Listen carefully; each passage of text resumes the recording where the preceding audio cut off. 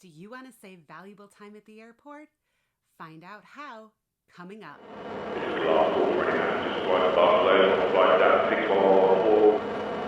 Welcome to Travel Tip Tuesday with the Traveling Cheesehead. I'm Michelle, and every Tuesday we share a practical and helpful travel tip so you can save time, money, and headaches.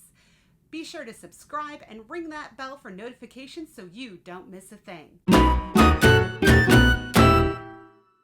All right, so today's mishap moment is when I traveled to Toronto for work. Now, Toronto's airport is a very, very busy hub airport, especially for Air Canada, but it's an international airport, major destination, and it's crazy. When you're going through customs and immigration, it takes a ton of time. And this lesson I learned the hard way. I arrived at the airport with more than enough time, about 4 hours prior to my flight. And I checked in, no problems, went to go into the immigration and customs line and was told that I could not enter that line until exactly 3 hours prior to my flight. So I waited and I waited and I waited and finally was let in. Once I was let in, my mind was blown. The line was so incredibly long, it was insane. After about 2 hours in that line, I started to get worried because I was only about halfway through the line and I still needed to go through customs, I still needed to go through immigration, and I still needed to go through airport security. What was I going to do? There's no way that I was going to make it to my gate on time. Waited some more. Finally, they started calling our flights out, those that were getting a little close to needing to board. So I was able to get through customs and immigration. Then I got to security. Security was an equal madhouse.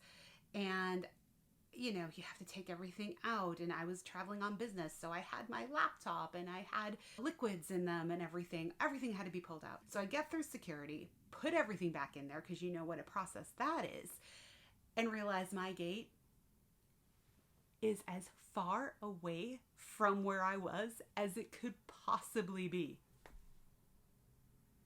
What are you going to do? So I ran all the way through the airport and narrowly made my flight. They were calling last call when I was running to my gate. So I'm sure we've all had experiences like that. You can comment down below. I'd love to hear about your harrowing experiences of narrowly making your flights. So one lesson I learned from that experience is that there is a program called Global Entry.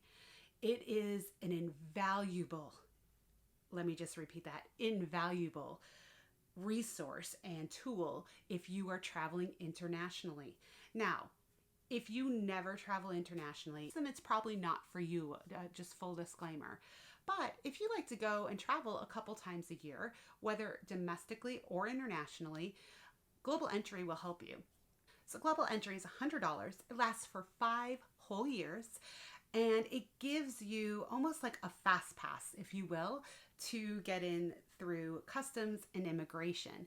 There are separate lines at these international airports where you go instead of with the mass public. You get a special kind of fast pass lane. There generally are electronic kiosks that you use to scan in your documents, your passport, and answer a couple questions. You can get through customs and immigration in a fraction of the time that it would take if you waited with the general public. So for that particular reason, it's worth it to me. On top of that, you also get TSA Pre-Check included free of charge as an added benefit. And let me tell you, y'all know what I'm talking about when you go through that security line and you're having to remove everything except maybe your undergarments, how much time that would save to not have to do all that.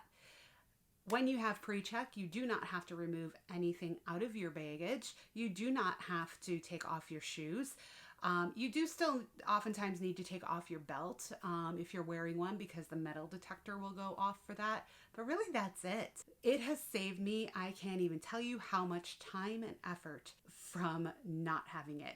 I would never go back. My tip for Tuesday is to get global entry to save yourself a ton of time and headaches at the airport.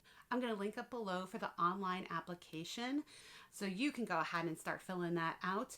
There is an in-person interview that you will need to attend to actually get approved for your global entry, but it's usually at one of your regional or major international airports in your area.